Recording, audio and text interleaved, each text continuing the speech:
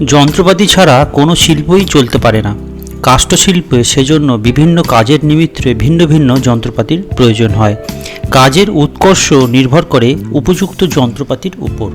Furniture শিল্পে যে যন্ত্রের সাহায্যে মাপজোক নেওয়া হয় তাদের মেজারিং টুলস এবং মাপজোক পরীক্ষা করা যন্ত্রপাতিগুলিকে টেস্টিং টুলস বলা হয়ে থাকে।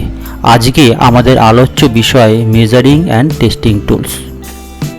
এই অনুশীলন থেকে আমরা শিখব কার্পেন্ট্রি কাজে ব্যবহৃত বিভিন্ন রকম মেজারিং টেস্টিং হ্যান্ড টুলস এবং তাদের বিভিন্ন ব্যবহার সম্পর্কে।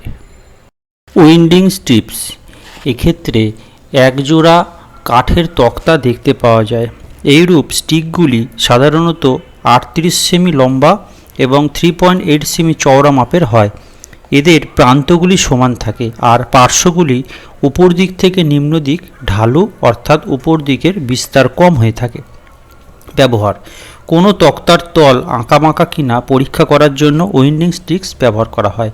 পরীক্ষা করার সময় দুটি স্টিক্স তলটির দুই প্রান্তের সমান্তরাল এবং আড়াআড়িভাবে রেখে যে কোনো প্রান্ত থেকে স্টিকগুলির উপরিভাগ লক্ষ্য করতে হয়। এদের উপরিভাগ সমান্তরাল না থাকলে তল আঁকাবাঁকা আছে বোঝা যায়।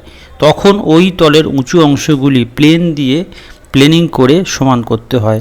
তলটি সর্বত্র সমান না হওয়া পর্যন্ত পরীক্ষা করা এবং প্লেনিং করা পর্যায়ক্রমে চালিয়ে যেতে হয়। স্পিরিট লেভেল: কোনো বস্তুর উপরিভাগ সমতল আছে কিনা তা পরীক্ষা করার জন্য স্পিরিট লেভেল ব্যবহার করা হয়ে থাকে। উপরিভাগের মাঝখানে একটি ছোট গর্তে মেথিলেটেড স্পিরিটে ভর্তি একটি কাঁচের নল থাকে। নলটি যাতে নড়তে না পারে তার জন্য ওই গর্তের উভয় প্রান্তে প্লাস্টার অফ প্যারিস লাগানো থাকে। এরপর কাঠের ফ্রেমটির উপর একখানি পিতলের পাত স্ক্রু দিয়ে আবদ্ধ করা হয়, এতে নলটি ভেঙে যাওয়ার সম্ভাবনা কম থাকে। লেভেল ব্যবহার করার সময় যাতে নলের বুদবুদ দেখা যেতে পারে সেজন্য নলটির ঠিক ওপরে পিতলের পাতে সরু ছিদ্র রাখা হয়। নলের ঠিক মধ্যভাগে একটি চিহ্ন থাকে, ওই চিহ্ন বুদবুদের সঠিক অবস্থান নির্দেশ করে। স্পিরিট লেভেল ব্যবহার করার সময় সাবধানে ব্যবহার করা উচিত, নতুবা ভেঙে যেতে পারে। প্লাম বব, এর প্রচলিত নাম ওলন। লোহা, সীসা অথবা পিতল দ্বারা ওলন তৈরি হয়। সীসার তৈরি ওলনই সচরাচর বেশি ব্যবহার করা হয়ে থাকে। ওলনের অগ্রভাগে যে ছুঁচালো অংশ থাকে তা ইস্পাতের তৈরি হয়। ইহার পিছন দিকে একটি সুতো বাঁধা থাকে। ওলনের ওজন 4 আউন্স থেকে 6 আউন্স, অর্থাৎ 110 গ্রাম থেকে 170 গ্রাম হয়ে থাকে। ব্যবহার: দরজা, জানালা, কাঠের বেড়া ইত্যাদি ভার্টিক্যাল সারফেস ভূমির সঙ্গে ঠিক সমকোণে আছে কিনা তা পরীক্ষা করতে ওলন ব্যবহার করা হয়। পরীক্ষা করার সময় ওলনের পিছনে বাঁধা সুতোটিকে বস্তুর উপর প্রান্তে ধরে রাখতে হয়। স্ট্রেট এজ, এটি কাঠ অথবা মেটাল দ্বারা তৈরি এক প্রকার যন্ত্র বিশেষ। বস্তুর তল অথবা প্রান্ত সর্বত্র সমান আছে কিনা দেখার জন্য এই যন্ত্র ব্যবহার করা হয়। যে তল পরীক্ষা করা হবে তার উপর লম্বালম্বি, আড়াআড়ি এবং কোনাকুনিভাবে স্ট্রেট এজ ধরে তল এবং স্ট্রেট এজের মধ্যে কোনো ফাঁক আছে কিনা লক্ষ্য রাখতে হবে। ফাঁক থাকলে বুঝতে হবে তলটি অসমান। সরলরেখা টানতেও এই যন্ত্র প্রয়োজন হয়। স্ট্যান্ডার্ড ওয়্যার গেজ, এই যন্ত্রের সাহায্যে সাধারণত কোনো তারের বেধ কত মোটা বা পুরু তা মাপা হয়। এছাড়াও কোনো মেটাল শিটের থিকনেস এই যন্ত্রের সাহায্যে মাপা হয়ে থাকে। বেভেল স্কোয়ার, এর অপর নাম স্লাইডিং বেভেল, এটিও একটি কোণ মাপক যন্ত্র। ট্রাই স্কোয়ারের মতো এরও হ্যান্ডেল এবং ব্লেড নামে দুটি অংশ রয়েছে, তবে থাম্ব স্ক্রুর সাহায্যে এর হ্যান্ডেলটিকে ব্লেডের সঙ্গে 1 থেকে 180 ডিগ্রি যে কোনো অ্যাঙ্গেলে বাঁধা যায়। ব্যবহার: সমকোণ ব্যতীত অন্য যে কোনো কোণে মার্কিং করতে অথবা যে কোনো তল পরীক্ষা করার জন্য বেভেল স্কোয়ার ব্যবহার করা হয়। এটি ডাপটেল মার্কিং করবার জন্য বিশেষভাবে উপযোগী। ব্যবহারের সময় এই যন্ত্রের হাতলটিকে ট্রাই স্কোয়ারের মতোই ধরতে হয়।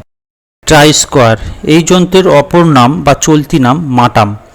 এই ট্রাই স্কোয়ারের প্রধান দুটি অংশ, একটির নাম ব্লেড এবং অপরটি হলো স্টক।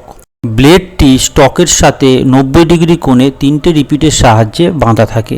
এই যন্ত্রের ব্লেডটি সাধারণত স্টিলের এবং হ্যান্ডেলটি সাধারণত কাঠের বা অন্য মেটালের হয়ে থাকে। ব্যবহার: সাধারণত দুইটি কাঠের সন্নিহিত স্থল সমকোণে আছে কিনা তা পরীক্ষা করতে এবং কোনো কাঠের ওপর সমকোণে দাগ টানার জন্য এই ট্রাই স্কোয়ার ব্যবহার করা হয়ে থাকে। কার্পেন্ট্রি ওয়ার্কে এই যন্ত্র খুব উপযোগী। এবং এই যন্ত্র ব্যবহার করার সময় খুব সাবধানে ব্যবহার করতে হয়। হাত থেকে কখনো এই যন্ত্র যেন না পড়ে যায় সেদিকেও লক্ষ্য রাখতে হবে। রুল বা স্কেল, একে মাপনী, মাপকাঠি এবং রুল প্রভৃতি নামে অভিহিত করা হয়। এটি কাঠ, ইস্পাত, সেলুলয়েড অথবা প্লাস্টিক থেকে তৈরি হয়ে থাকে। কাঠের তৈরি রুল বক্সুট থেকে তৈরি হয় এবং 2 ফুট লম্বা হয় এবং এটি 4টে ভাঁজে ভাগ করা থাকে। এই ভাঁজগুলির প্রত্যেকটি অংশে পেতলের কবজা দ্বারা যুক্ত থাকে যাতে এই রুল চট করে ক্ষয়প্রাপ্ত না। প্লাস্টিক এবং মেটালের তৈরি রুল সাধারণত 1 ফুটের হয়ে থাকে এবং এর উভয় পার্শ্বে একদিকে ইঞ্চি ফুট এবং অপর দিকে মিলিমিটার ও সেন্টিমিটারের দাগ কাটা থাকে। কাজের সময় কোনো বস্তুর মাপজোক নেওয়ার জন্য এই যন্ত্র ব্যবহার করা হয়ে থাকে।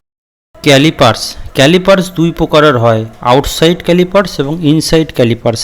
এদের প্রত্যেকটি 2টি করে চ্যাপ্টা মেটালের পা থাকে, তবে আউটসাইড ক্যালিপার্সের পাগুলি ভিতরের দিকে এবং ইনসাইড ক্যালিপার্সের পাগুলো বাইরের দিকে বাঁকানো থাকে। উভয় প্রকার ক্যালিপার্সই 3 রকম গঠনের হয়, যেমন ফার্ম জয়েন্ট, লক জয়েন্ট এবং স্প্রিং জয়েন্ট। ব্যবহার: সাধারণত কোনো গোলাকার বস্তুর ব্যাস অথবা কোনো বস্তুর বহির্ভাগের 2টি সমান্তরাল তলের দূরত্ব মাপার জন্য আউটসাইড ক্যালিপার্স ব্যবহার করা হয়। ইনসাইড ক্যালিপার্সে গোলাকার বস্তুর ছিদ্রের ব্যাস অথবা কোনো ছিদ্রের 2টি সমান্তরাল বাহুর দূরত্ব মাপা হয়। সাধারণত কাজের পক্ষে ফার্ম জয়েন্ট ক্যালিপার্সই উপযোগী, কিন্তু সূক্ষ্ম মাপ নেওয়ার জন্য স্প্রিং ক্যালিপার্সের প্রয়োজন হয়। ডিভাইডার, ইহার 2টি ছুঁচালো মেটালের পায়া থাকে। পাগুলি উপর দিকে রিবেট অথবা হিঞ্জ দ্বারা আবদ্ধ করা হয়।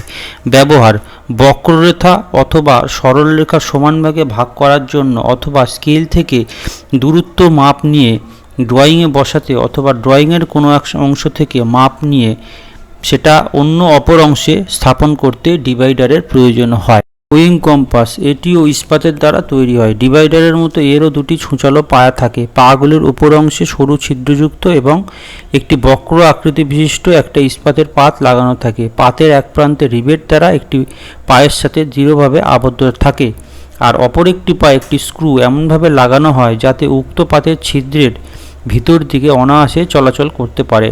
নির্দিষ্ট মাপে কম্পাসটি বেঁধে রাখতে হলে একটি ফ্লাইং নাট দ্বারা স্ক্রুটিকে আবদ্ধ করতে হয়। ব্যবহার: বৃত্ত, অর্ধবৃত্ত ও চাপ অঙ্কন করতে এবং দূরত্ব মাপতে এটি ব্যবহার করা হয়ে থাকে।